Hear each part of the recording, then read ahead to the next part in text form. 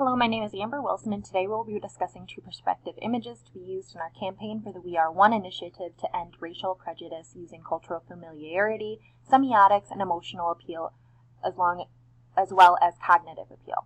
First is cultural familiarity. Per Liu, the definition of one's culture is, among other things, dependent upon age, gender, ethnic background, and social class. While one could argue that culture is relative to each individual person between two pictures, the overwhelming general culture is that America is patriotic, and no matter the race, they can feel the patriotism. For India, their religion and culture is deeply embedded. The Indian image references Holi and its festival of colors. This ties in with cognitive elements. For Americans, the colors red, white, and blue evoke pride when used together. They present a sense of cohesion with the message, "United we stand." The pledge stands out cultural for me with the line, "With liberty and justice for all." What a better way to end prejudice than stating that line verbatim? Per Benwell, in India, Holi is seen as a time for people to get together and enjoy themselves, and it is a celebration of fertility, color, and love, as well as triumph of good versus evil. It is purported to be a time when friends and families and communities can get together without any concern for caste or ethnicity. By using these brightly colored powders, everyone looks the same, everyone is the same, everyone comes together in reference of spirituality and reverence of the holiday, despite their race.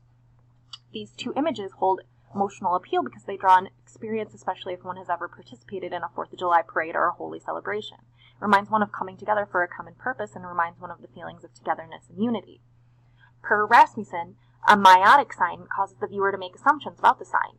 In the American images, these people are upright, on the move, and appear to have smiles on their faces. This would make one assume that they are happy to be where they are. Why are they so happy? They are walking freely in the street, which must mean that they feel safe doing so. They look at ease and not rushed. They must feel at ease where they are. The displaced code transfers meaning from one set of signs to another. The diversity of children in the American image makes one think of carefree children playing, irregardless of race. The lack of traffic and abundance of people walking in the street makes one think of safety. Abundance of red, white, and blue gives one a sense of ease and freshness and patriotism. The Indian image evokes togetherness, with the hands spread, reaching towards each other. The colors join to make new colors, evoking feelings of racial tolerance and acceptance.